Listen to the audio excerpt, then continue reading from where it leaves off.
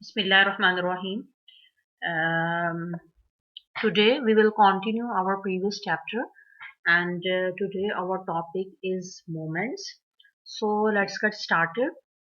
A moment designates the power to which deviations are raised before averaging them. We already know that कि जब हर observation का उसके mean से distance लें, तो this is called deviation. Average क्या चीज है? Sum of the observations divided by the total number. लेकिन यहाँ पे सम ऑफ द ऑब्जर्वेशंस नहीं है, यहाँ पे सम ऑफ द डेविएशंस है। तो वो कहता है कि एवरेज करने से पहले ये जो डेविएशन है इसकी एक पावर है। पहले हमें ये पावर नजर नहीं आ रही थी जो कि 1 थी। अब मैंने इस पे 1 पावर जो है वो पुट की है।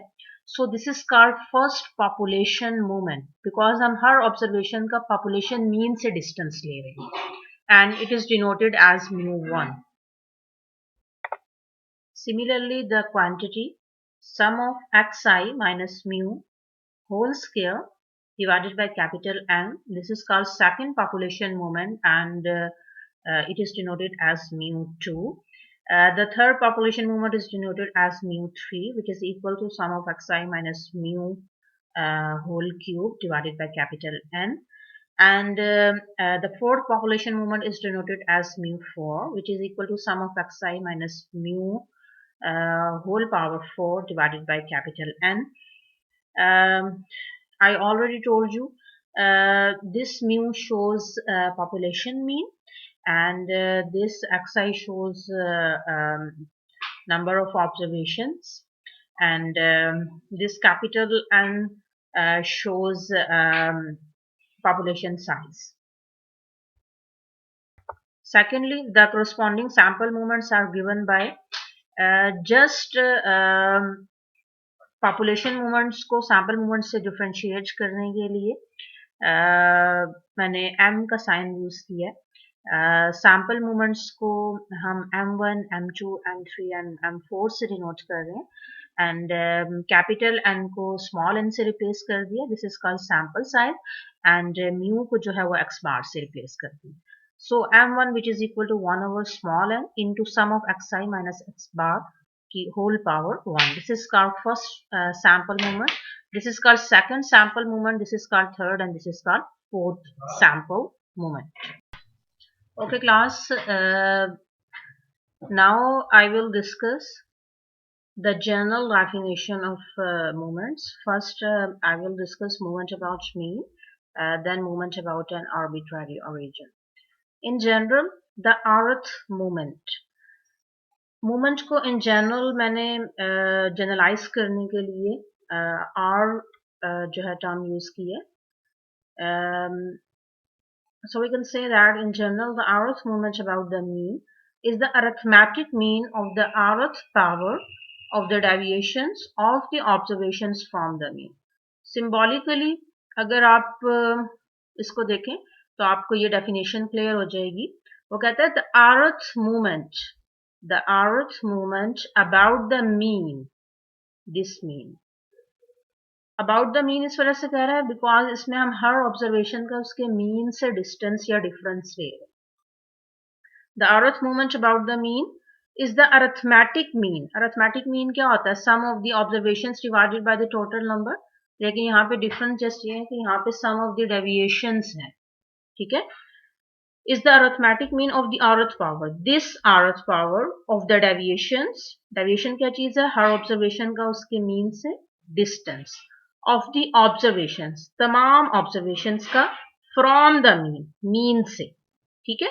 So this is called the definition of movement in general for the case of population data, ठीक है?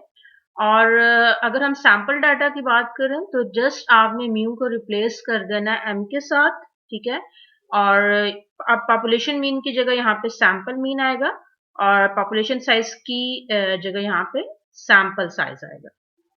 These movements are also called central movements or the mean movements.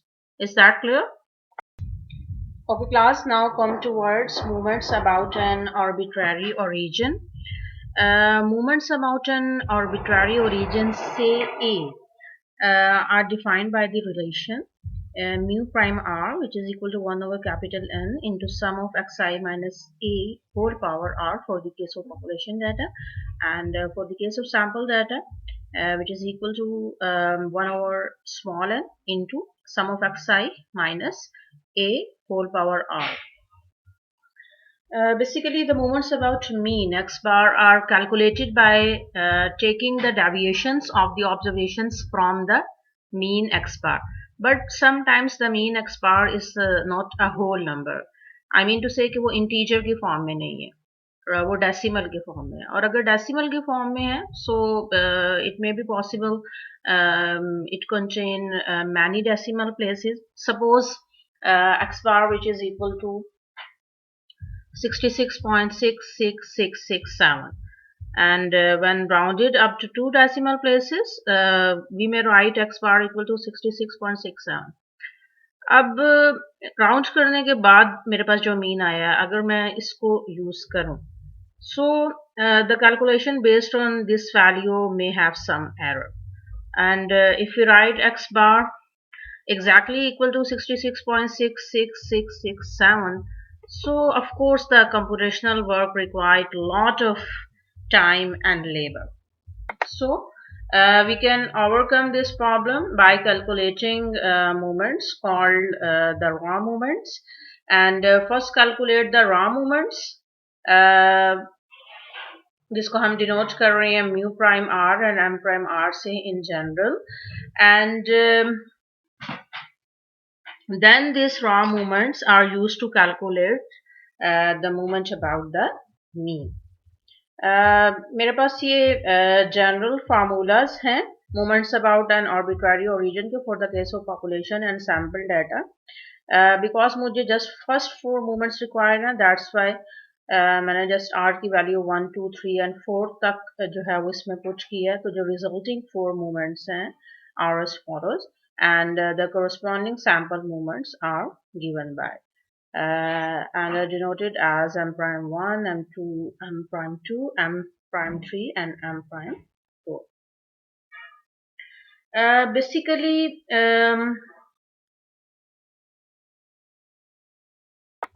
Moment about mean में हम हर observation का उसके mean से distance लेते थे. Moments about an arbitrary origin में आपने जस्ट हर ऑब्जर्वेशन का एक नंबर ए से डिस्टेंस लेना है, और ये जो नंबर ए है इसको हम आर्बिट्ररी ओरिजिन कॉल कर रहे हैं and also called provisional mean. Basically the arbitrary origin is somewhere in the middle of the given data set. Is that clear? Okay class, now we will see moments for the case of group data, both for mean and raw. When the sample data are grouped into a frequency distribution having k classes with midpoints x1, x2 up to so on xk and the corresponding frequencies f1, f2 up to so on fk, the out sample moments are given by for the case of mean moment and for the case of arbitrary origin. Basically for the case of group data आपको classes given होंगी और frequency given होगी. Classes से हम पहले mid point determine कर लेंगे. Mid point आपको पता है कि कैसे डिटरमिन करते हैं, हम हर क्लास की जो है वो एवरेज ले लेंगे, तो उस क्लास के कोरस्पॉन्डिंग जो है वो मिड पॉइंट आ जाएगा. ठीक है.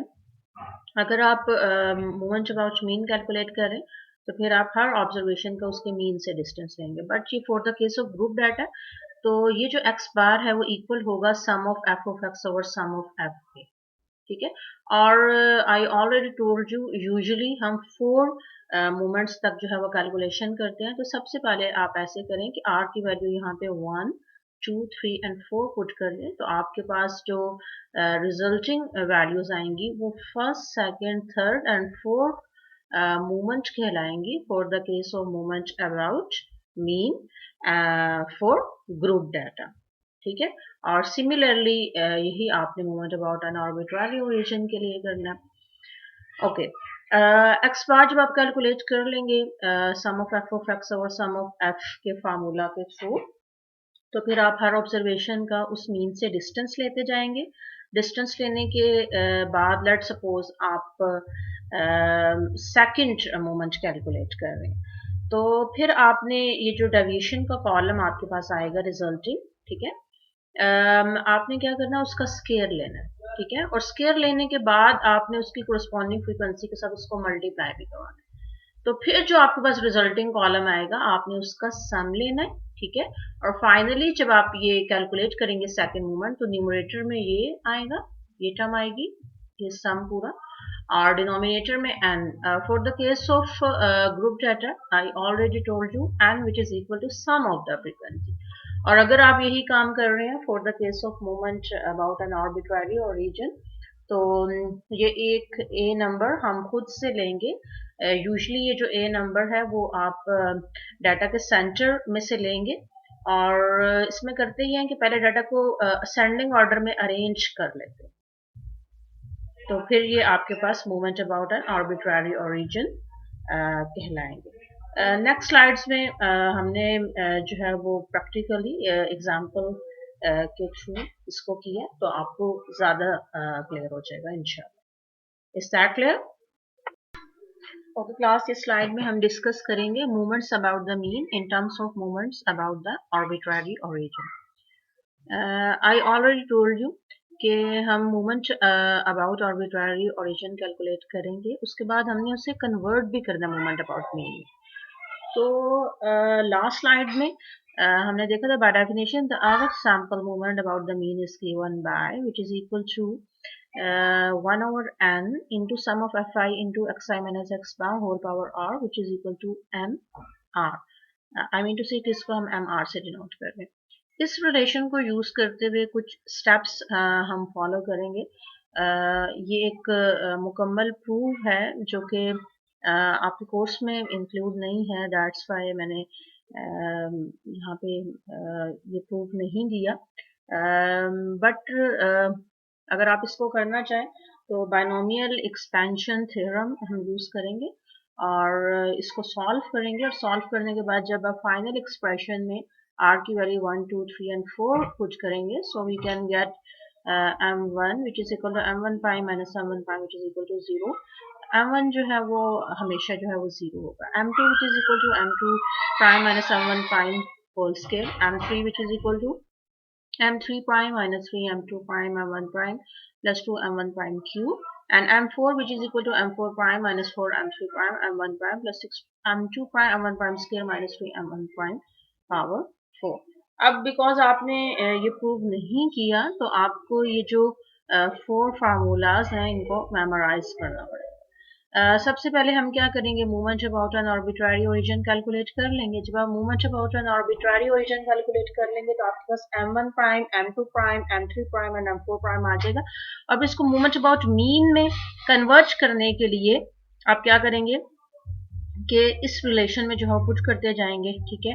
तो m1 तो ऑलवेज 0 होगा, m2 किस तरह आएगा कि m2 प्राइम में से माइनस कर देंगे m1 प्राइम का square, and similarly next to भी हम करेंगे। For the case of population movement just आपने m को रिप्लेस कर देना म्यू से। Is that clear? Okay class, now we will discuss the examples for ungrouped and grouped data. Question है, calculate the first 4 moments about the mean for the following set of examination marks. मेरे पास ये examination marks का data given है, and हम जो है वो first 4 moments calculate करेंगे about the mean. जो नंबर्स हैं वो हैं 45, 32, 37, 46, 39, 36, 41, 48 एंड 36। सबसे पहले मैंने इसको असेंडिंग ऑर्डर में अरेंज कर लिए, ठीक है। और उसके बाद जो है वो अगर आप फर्स्ट 4 मोमेंट्स कैलकुलेट करने हैं तो आपको पता है कि हर ऑब्जर्वेशन को उसके मीन से डिस्टेंस लिए, और r की पावर जब मैंने 1 की तो यहाँ पे 1 है, और फिर r की पावर 2, फिर r की पावर 3 और फिर r की पावर 4, ठीक है। तो सबसे पहले जो है मैंने मीन कैलकुलेट कर लिए इस डाटा का, ठीक है। मीन कैलकुलेट करने के बाद फिर मैंने हर ऑब्जर्वेशन का उसके मीन से डिस्टेंस लेती है, ठीक है। तो चूंकि ये अनग्रुप डाटा है तो मीन का सिंपल फार्मूला होगा sum of x over n। सबसे पहले मैंने तमाम ऑब्जर्वेशंस को ऐड किए और n 1 2 3 4 5 6 7 8 एंड 9, ये 9 ऑब्जर्वेशन है, 9 से डिवाइड कर दिया तो मेरे पास 40 आंसर आ रहा है। अब मैं हर ऑब्जर्वेशन का 40 से डिस्टेंस लेके जा रहा हूँ। 32 minus 40 which is equal to minus 8, 36 minus 40 which is equal to minus 4, again 36 minus 40 which is equal to minus 4, 37 minus 40 which is equal to minus 3 and up to so on. ठीक है, second moment के लिए इसी column का मैं square लेती गई हूँ, 8 square which is equal to 64, 4 square which is equal to 16, 4 square which is equal to 16 and up to so on. Cube के लिए ये जो फर्स्ट कॉलम है, आप इसका क्यूब लेते जाएं, 8 का क्यूब लें तो आपके पास आंसर आ जाएगा minus 512 and up to so on.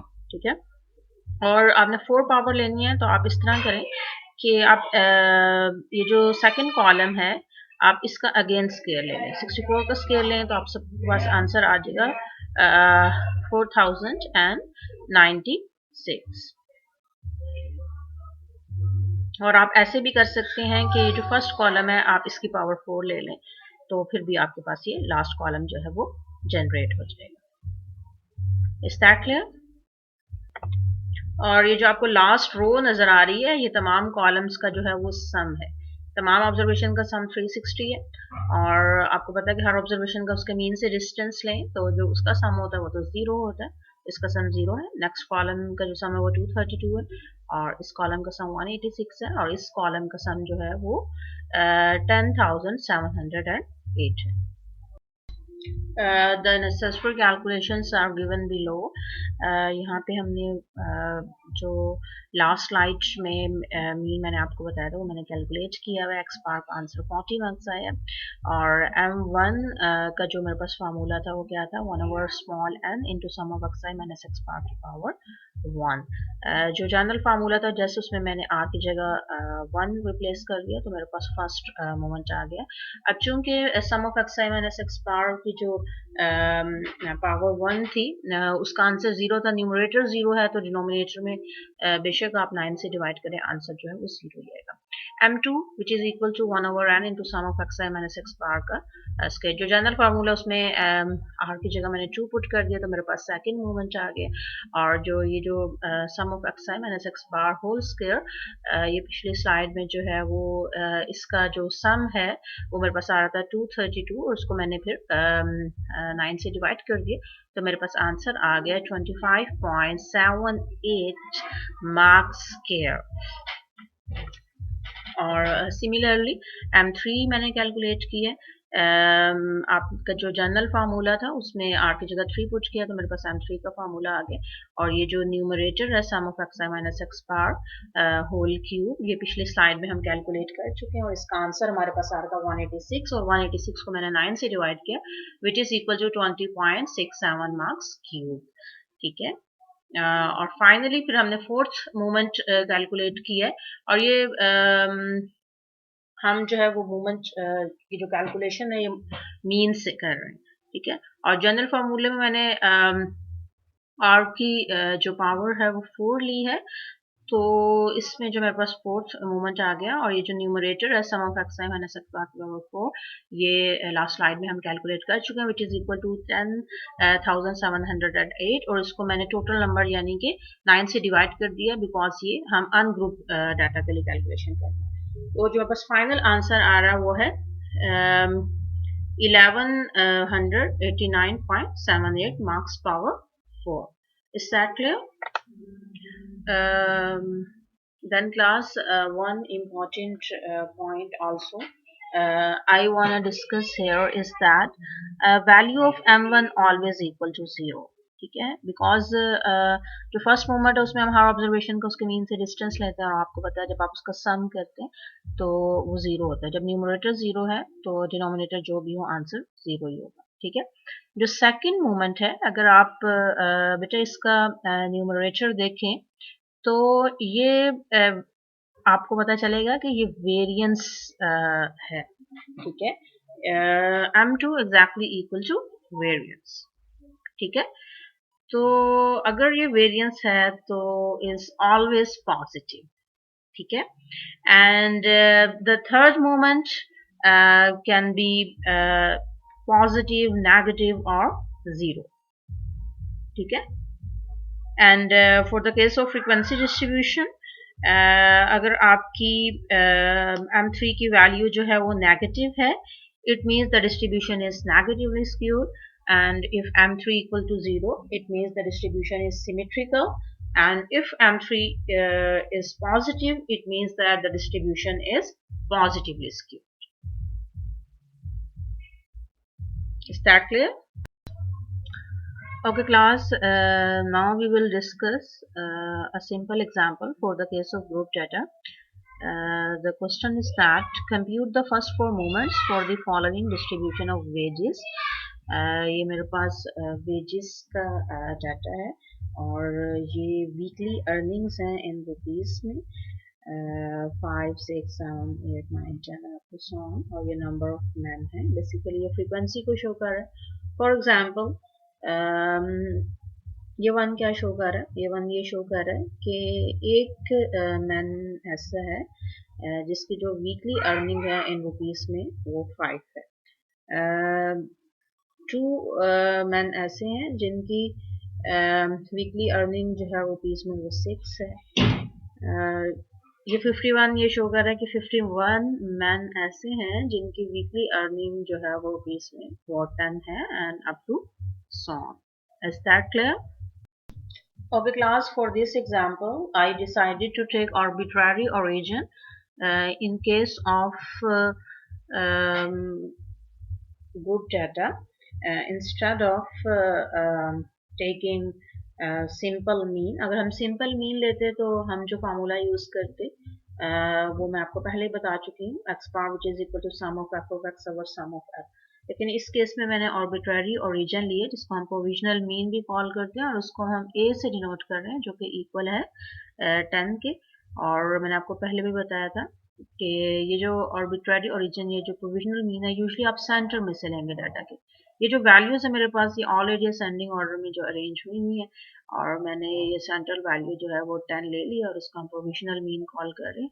और सेकंड ये मेरे पास फ्रीक्वेंसी का कॉलम है. थर्ड में आपने क्या करना है कि आप हर ऑब्जर्वेशन का उसके प्रोविजनल मीन जो कि हमने 10 लिया उससे डिस्टेंस लेते जाएंगे. फॉर एग्जांपल पहली ऑब्जर्वेशन 5 है, 5 minus 10 which is equal to -5. Second 6 minus 10 which is equal to -4. 7 minus 10 which is equal to -3 and up to so on. और अगर आप जनरल जो है वो फार्मूला देखें मूवमेंट अबाउट आर्बिट्ररी ओरिजिन का for the case of group data, formula था हमारे पास m prime r which is equal to sum of fi into xi minus a divided by sum of fi या divided by n. तो x आई minus ए जो कि इस case में x आई minus 10 है उसको इन जनरल मैं डी से डिनोट कर रही हूँ. तो जब मैं इसको डी से डिनोट कर रही हूँ तो जस्ट आपने क्या करना है, फ्रीक्वेंसी को इस डी के साथ मल्टीप्लाई करवा देना. तो ये बेसिकली ये जो एफ आई डी आई है ये क्या है, f I into x I minus a. ठीक है. तो अगर मैं फर्स्ट मोमेंट कैलकुलेट करूं तो जो आपका जनरल फार्मूला है for the case of group data arbitrary origin के लिए उसमें आपने जस्ट आर की वैल्यू 1 पुट करनी है. ठीक है. तो मेरे पास जो रिजल्टिंग फार्मूला आएगा वो होगा m1 prime which is equal to sum of F I into x I minus A divided by N. ठीक है. तो जो एक्स आई माइनस ए है वो यहाँ पे डी आई है. ठीक है.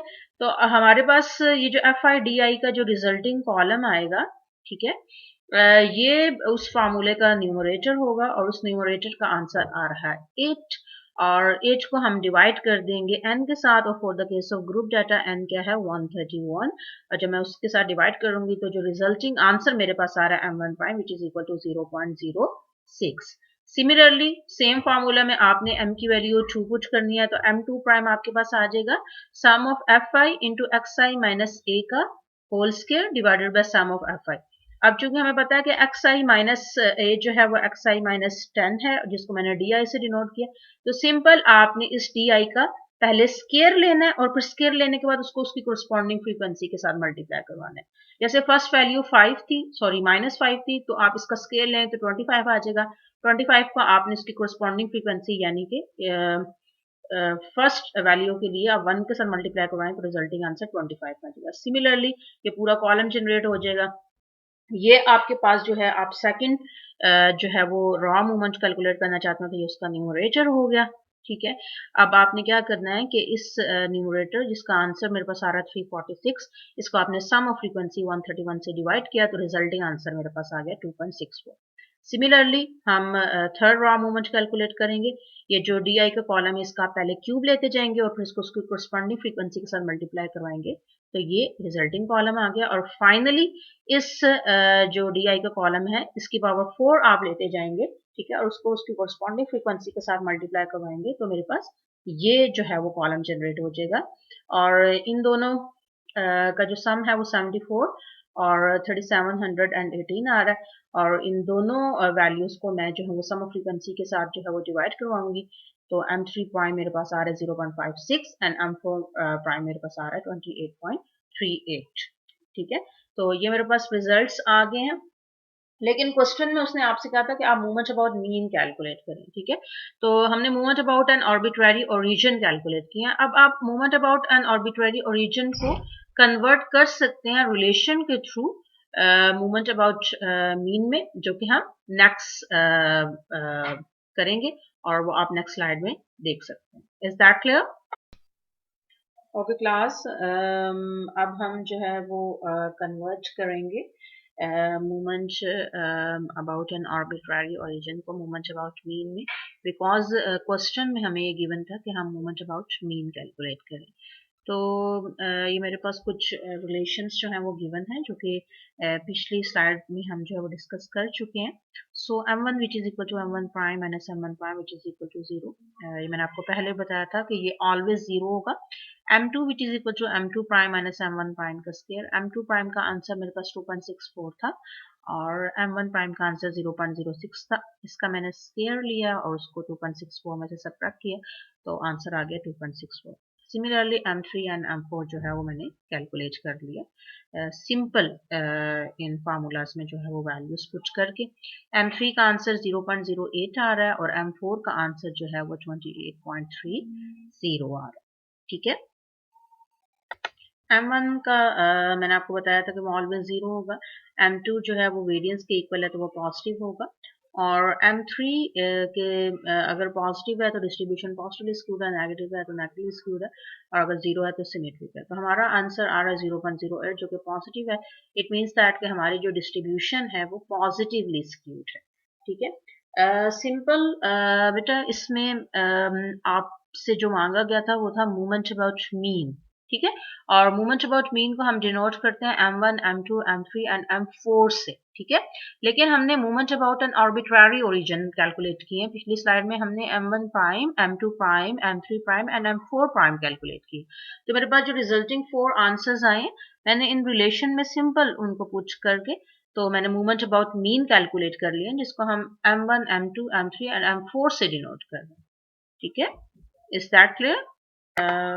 Then one important thing that we should discuss here is uh, that what's the purpose of movements? We know that the mean and variance provides information on the location and variability of a set of number.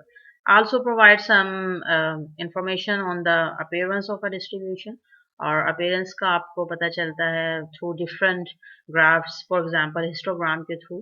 आपने histogram बना लिया और उसके ऊपर एक आपने free hand frequency curve draw किया तो आपको पता चल जाता है कि डिस्ट्रीब्यूशन जो है वो सिमेट्रिक है या skewed है। So the mean and variance are the first two statistical moments, and third and fourth moment provide information on the shape of the distribution. कि distribution की जो है वो shape कैसी है। अगर हम फर्स्ट मूवमेंट की बात करें और उसके न्यूमरेटर को डिस्कस करें तो उसके न्यूमरेटर में हम क्या करते हैं कि हर ऑब्जर्वेशन का उसके मीन से डिस्टेंस लेते हैं। Sum of the deviation of all the observations from the mean. So class 1 might think of the mean as begun that values of x that makes the above statement true.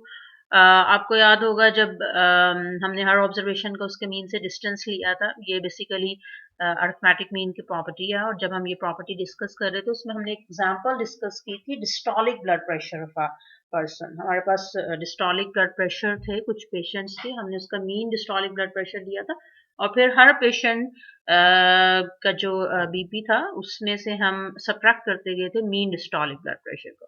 तो let's suppose जो first value हमारे पास आई थी वो 3, तो उस 3 का क्या मतलब था? उस 3 का मतलब था कि जो फर्स्ट पेशेंट है उसका जो ब्लड प्रेशर है वो 3 पॉइंट जो है वो अबव है मीन ब्लड प्रेशर से। जो नेक्स्ट वैल्यू थी वो -3 थी। उसका क्या मतलब था कि जो सेकंड पेशेंट है उसका जो डिस्टॉलिक ब्लड प्रेशर है वो मीन डिस्टॉलिक ब्लड प्रेशर से 3 पॉइंट जो है वो बिलो है। सो if you think for a while, then we will know that consequently it indicates where the individual observation generally lie. Is that clear? और अगर आप सेकेंड मोमेंट की बात करें तो it is recognise as the numerator of the variance.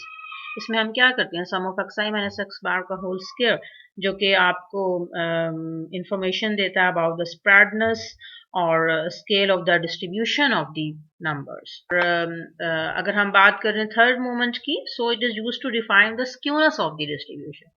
ठीक है, skewness भी हम डिस्कस कर चुके हैं कि अगर आपकी 3 measure of central tendency are equal है तो फिर तो आपकी डिस्ट्रीब्यूशन जो है वो सिमेट्रिक है। But if do not so, then आपकी डिस्ट्रीब्यूशन जो है वो स्क्यूड है। तो स्क्यूनेस को मेजर हम डिफरेंट फार्मूलाज के थ्रू करेंगे, जो कि हम नेक्स्ट सेशन में करेंगे। तो एक फार्मूला स्क्यूनेस का ऐसे है जिसमें जो है वो मूवमेंट्स जो है वो यूटिलाइज हो रहे हैं। तो उसका फार्मूला बेसिकली इक्वल है μ3 स्क्वायर ओवर μ2 क्यूब। तो आप कह सकते हैं कि थर्ड मूवमेंट जो है वो स्क्यूनेस को मेजर करने के लिए हम यूज करेंगे। और अगर आप फोर्थ मूवमेंट की बात करें, so the fourth movement is use to describe the kurtosis of the distribution. ये जो वर्ड कर्टेसिस है basically it is use to describe the flatness और पीकनेस ऑफ द डिस्ट्रीब्यूशन। ठीक है, जब आप डिस्ट्रीब्यूशन जो है वो ड्रॉ करते हैं तो आप देखते हैं कि सम डिस्ट्रीब्यूशन ऐसी होती है जिसकी जो पीक है वो बहुत ज्यादा टॉल है, वो जो है वो लैप्टो कर्टी कहलाता है, और अगर नॉर्मल पीक है तो वो मीजो कर्टी कहलाता है, और अगर फ्लैट है प्लेट की तरह तो वो प्लेटी कर्टी कहलाता है। बेसिकली ये शेप्स हैं डिस्ट्रीब्यूशन की। ठीक है, तो ये ग्राफिकली तो ये एक रफ सा आइडिया है, लेकिन हम इसको जो है फार्मूलाज के थ्रू भी इस चीज को जो है वो मेजर करेंगे, और इसको हम कॉल करते हैं कर्टेसिस। और इसमें जो हम यूज करेंगे वो होगा फोर्थ मूवमेंट। और फोर्थ मूवमेंट को अगर यूटिलाइज करते हुए आप कर्टेसिस जो है वो फाइंड कर रहे हैं, तो which is equal to μ4 over μ2 square. Hope so कि आप को समझ आ गई होगी। तो ये था बेसिकली मूवमेंट्स का purpose. And in next session इंशाल्लाह we will discuss measure of skewness and measure of curvaceous. Okay class, also I want to discuss an interesting example here. So let's get started. The first three movements of a distribution about the value 2 of the variable r1, 16 and -40 respectively show that the mean is 3, the variance is 15 and m3 equal to -86. ठीक है, अब अगर आप इस question को देखें तो वो कहते हैं the first 3 movements of a distribution. इसका मतलब ये है कि ये ग्रुप डाटा के लिए है। About the value 2, about the value 2 अगर वो कह रहा है तो इसका मतलब है कि ये मीन नहीं है, ये प्रोविजनल मीन है। ठीक है, of the variable r1, 16 and -40। ठीक है, इट मीन्स दैट आपको m1 prime, m2 prime and m3 prime जो है वो गिवन है। ठीक है, so m1 prime which is equal to 1 over n into sum of fi into xi minus a की पावर 1।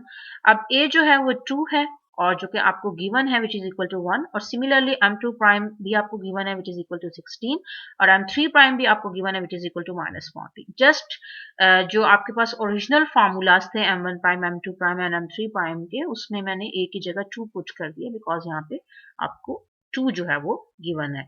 और जो इनकी वैल्यूज हैं आपको गिवन क्वेश्चन में वो है 1, 16 एंड -40। ठीक है, और आपने शो क्या करना है, शो आपने ये करना है कि मीन जो है वो 3 है, यानी कि x बार 3 है, वेरिएंस यानी कि s स्क्वायर 15 है, और थर्ड मूवमेंट m3 जो है वो -86 है। ठीक है।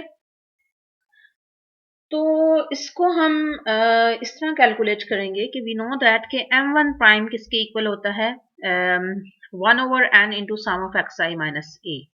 ठीक है, अगर मैं अनग्रुप डाटा की बात करूं। ठीक है, अगर ग्रुप डाटा की बात करूं तो उसमें जस्ट ये होता है कि यहाँ पे फ्रीक्वेंसी साथ मल्टीप्लाई हो जाएगी। ठीक है, अच्छा, अगर मैं इस समीशन को जो है वो इन ब्रैकेट के अंदर जो है वो मल्टीप्लाई कर दूं। ठीक है, तो हमें पता है कि ये जो एक्स आई है ये वेरिएबल है, वेरिएबल पे सम जो है वो एज इट इज अप्लाई होगा। ठीक है, तो ये देखें कि एज इट इज अप्लाई होगा, लेकिन ये जो ए है ये फिक्स नंबर है, यानी कि कांस्टेंट है। तो कांस्टेंट पे सम इस तरह अप्लाई होता है कि जहां तक उसकी रेंज है वो साथ मल्टीप्लाई हो जाता है। तो इसकी रेंज थी i varies from 1 to small n, तो स्मॉल एन जो है वो साथ मल्टीप्लाई होगा। ठीक है, तो मेरे पास जो रिजल्टिंग आंसर है वो है sum of x I minus n a. अब इस ये जो ब्रैकेट के बाहर 1/n है इसको मैंने मल्टीप्लाई करवा दिया है नेक्स्ट स्टेप में। तो रिजल्टिंग मेरे पास जो टर्म्स आई हैं वो ये है sum of x i over n minus n a divide by N.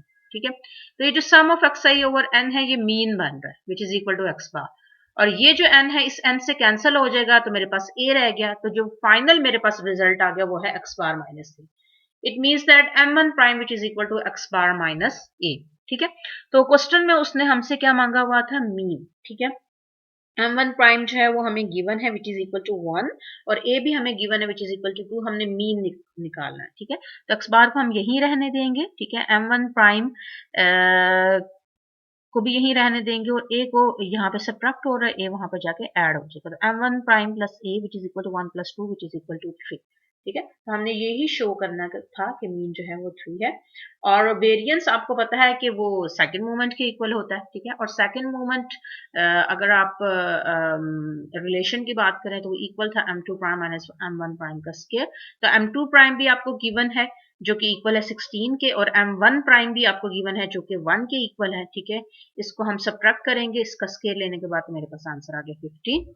तो हमने यही शो करना था कि वेरिएंस जो है वो 15 के इक्वल है। ठीक है, और थर्ड m3 हमें पता है, अगर हम यहाँ पे अगेन रिलेशन यूज करें which is equal to m3 prime minus 3m2 prime m1 prime plus 2m1 prime का क्यूब, और हमें m1 प्राइम गिवन था 1 के इक्वल, m2 प्राइम गिवन था 16 के इक्वल, और m3 प्राइम गिवन था माइनस 40 के इक्वल। जस्ट मैंने इस फार्मूलाज में वैल्यूज पुट की तो मेरे पास आंसर आ गया माइनस 86। ठीक है, is that clear? And finally class hope so कि आपको चीज़ें समझ आ रही होंगी। Still, if you have any question or queries, please let me know. I will discuss the point again, inshallah.